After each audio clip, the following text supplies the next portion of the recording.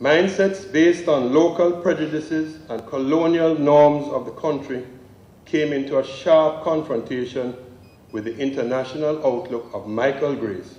His brother, Dr. John Grace, brought an awareness of the wider world that would set an early opportunity for divergence in the company.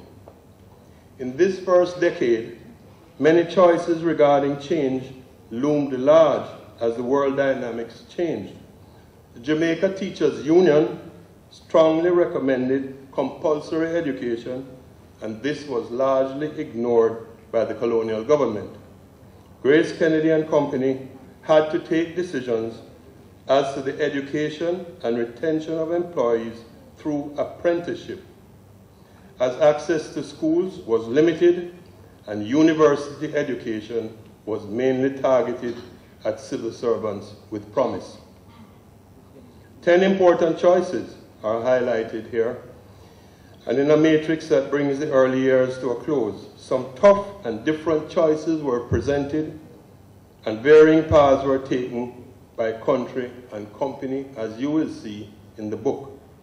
Just to mention these choices: to invoke self-determination or cling to dependency was one choice. To pursue private initiative or demand public underwriting.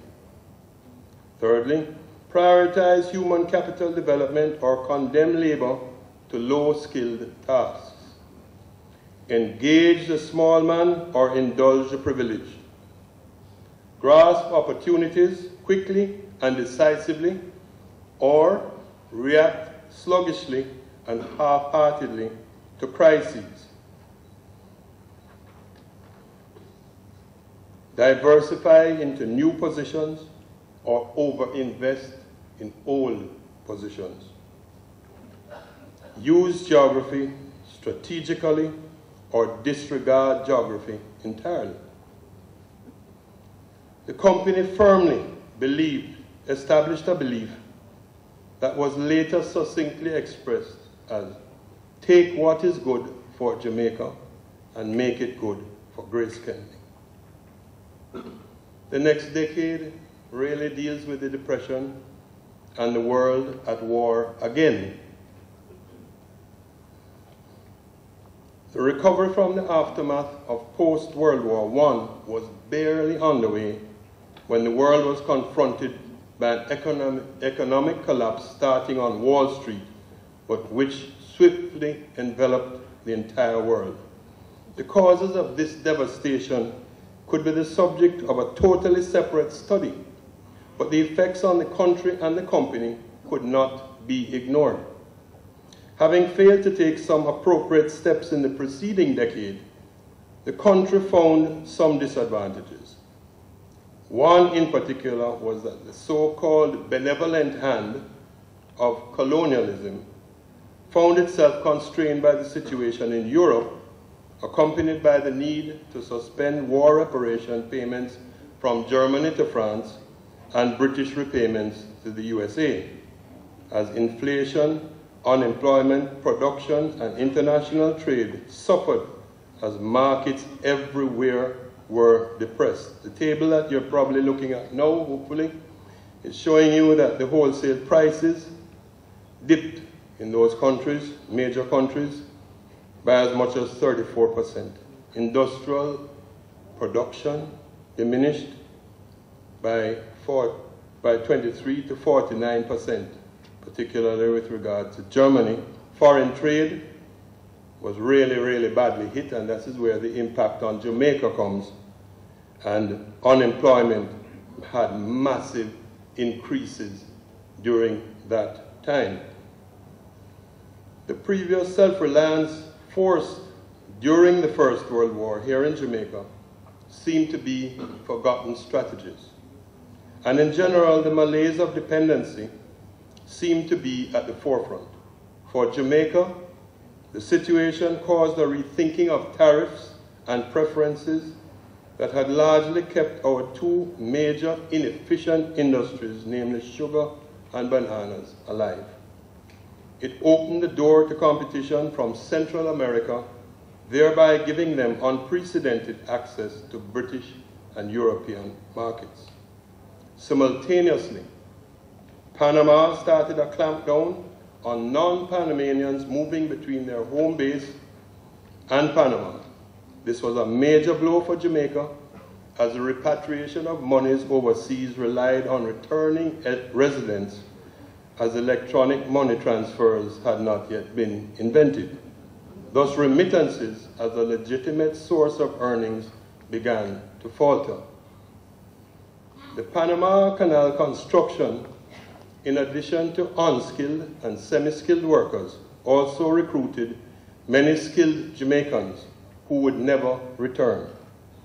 In an already weak educational environment, the resulting brain drain was to prove a major hindrance to development and was to become a recurring decimal.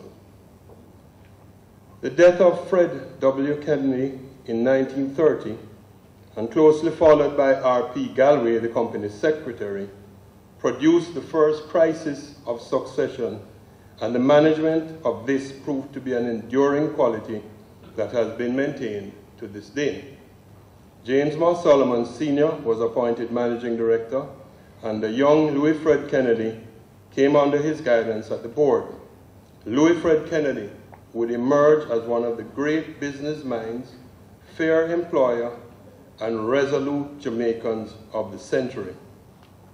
In the middle of the decade, James Moss Solomon Sr. also brought in a recent high school graduate, Selwyn Carlton Alexander. Between these three men, the baton passed over nearly 7 decades until the death of Carlton Alexander in 1989. It proved to be a smooth transition, following through to Rafael Diaz, Douglas Orain, and today, Don Webby. Even as the country remained wedded to inefficient agriculture, the company diversified into wharf operations with partners, Jamaica Fruit and Shipping Limited, into manufacturing, insurance, and distribution in totally new ways. So even as the Great Depression, followed by the Second World War, unleashed their challenges, the company grew by innovation and without the desire or need for government bailout. The company responded to the hardships of Jamaica, exacerbated by the uncaring colonial government, and GraceKennedy invested in developing sources of supply, shipping, and an overland supply route across Cuba that alleviated many wartime difficulties and kept the country eating. I think at that time the company bought a boat and refitted it and ran the gauntlet of the submarines between Santiago and Kingston, and it was very, very useful.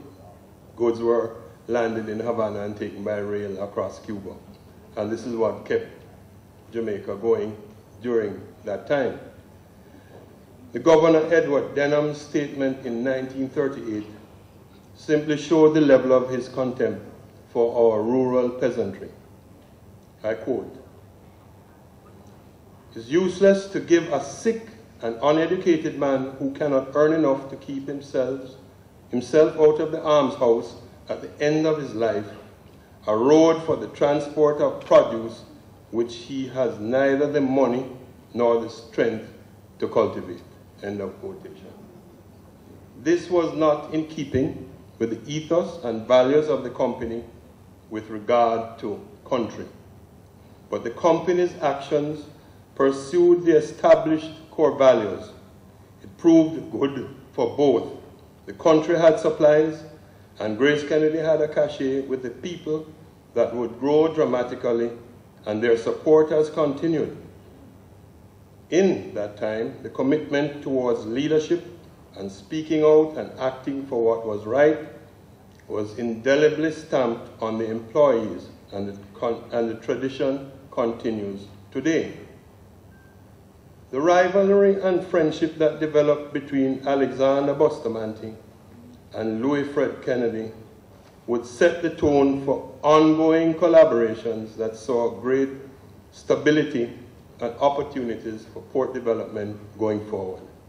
It was certainly embraced by the visionary Louis Fred Kennedy, and he led the establishment of the company superannuation fund, medical scheme, share ownership, and group life that were certainly major achievements and revolutionary innovations at that time, and set a benchmark for the country that has not really been emulated.